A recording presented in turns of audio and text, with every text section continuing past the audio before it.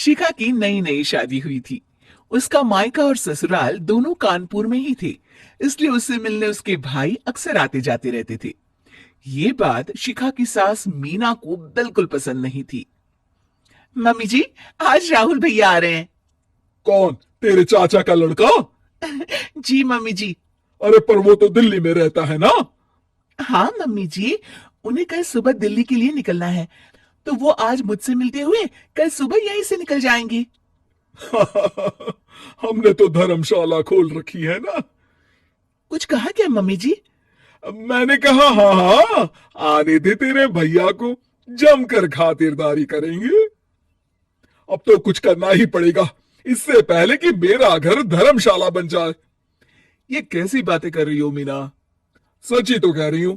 अभी इसकी शादी को साल भर भी नहीं हुआ और आए दिन इसके घर वाले आ धमकते हैं। अरे तो क्या हुआ, वो इसी शहर में रहते हैं तो हाल चाल लेने आ जाते हैं। इस बार मैं उनका हाल और चाल दोनों ही बिगाड़ दूंगी। अब बहुत हो गया जी। अरे ये कैसी बातें कर रही हो, हे भगवान, बस आप तो देखते जाइए। शाम को राहुल आता है। नमस्ते आंटी, कैसे हैं आप लोग? हम लोग तो ठीक हैं, तुम कैसे हो बेटा?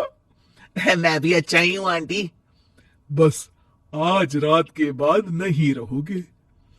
चलिए भैया, मैं आपको हमारा घर दिखाती हूँ। रात में खाने की टेबल पर शिखा, रोहित कहीं दिखाई नहीं दे रहा।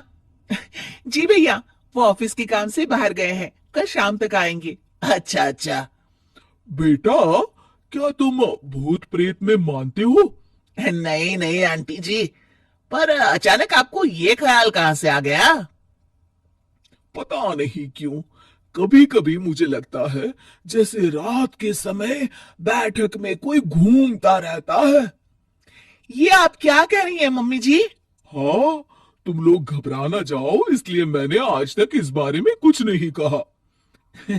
ये आपका वहम होगा आंटी जी, ऐसा कुछ नहीं होता। हो सकता है। चलो अब मेरा सोने का टाइम हो गया है तो चलती हूं मैं। शिखा बेटा, राहुल के सोने की व्यवस्था वहीं दीवान पर कर देना। जी पापा जी। अब चलिए भी। अच्छा, तो बैठक में सोने वाले हैं साहबजादे। क्या बड़बड़ा रही हो? कुछ नहीं, आप सो जाइए। मीना और महेश के सोने के बाद शिखा और राहुल आपस में बात कर रहे होते हैं, तभी डोरबेल बजती है। अरे आप! सरप्राइज! काम जल्दी खत्म हो गया तो मैं आज ही चला आया। ये तो बहुत अच्छा किया।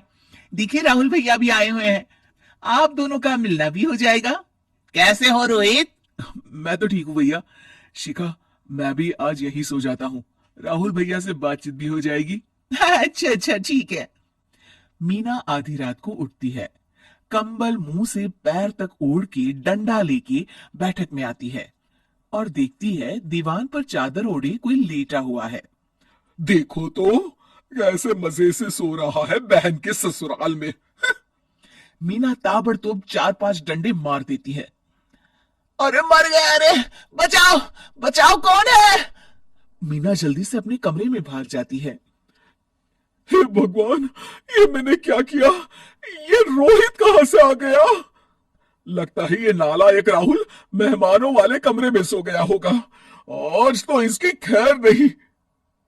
उधर बैठक में, अरे क्या हुआ रोहित? मैं बाथरूम में था, तुम्हारे चिल्लाने की आवाज सुनी। पता है भैया, मैं सो रहा था, अचानक से कोई आकर मुझे डंडे मारने लगा। ये क्या कह रहे हो? लगता है तुम भी आंटी की तरह भूत प्रेत में मानते हो। नहीं नहीं भैया, सच में कोई आया था। मैं तो जा रहा हूं मेहमानों वाले कमरे में सोने के लिए। इस समय अपने रूम में जाऊंगा तो शिखा की नींद खराब हो जाएगी। ठीक है भाई, जाओ तुम, जहां तुम्हारा भूत डंडा लेके ना आ सके। थोड़ी देर बाद मीना कंबल ओढ़ के डंडा लेकर मेहमानों वाले कमरे में पहुंच जाती है। वो बिस्तर पर सोए रोहित को फिर डंडों से मारने लगती है। अरे मर गया, अरे मर गया। तू भूत प्रेत में नहीं मानता ना? ये ले, अब डंडे खा। है? ये तो मां की आवाज है। रोहित कंबल खींच देता है। बेटा तू! अरे ये क्या कर रही हो माँ? मार मार के मेरा भरता बना दिया आपने। मेरे लाल, मैंने तो तुझे ही मार मार के लाल कर दिया।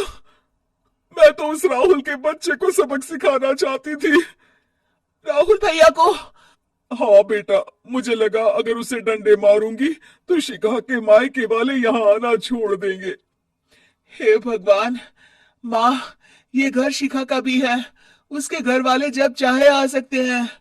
हाँ बेटा, आज मुझे भगवान का इशारा समझ में आ गया। मैं कितना गलत करने चली थी और अपने ही बेटे को चोट पहुंचा दी।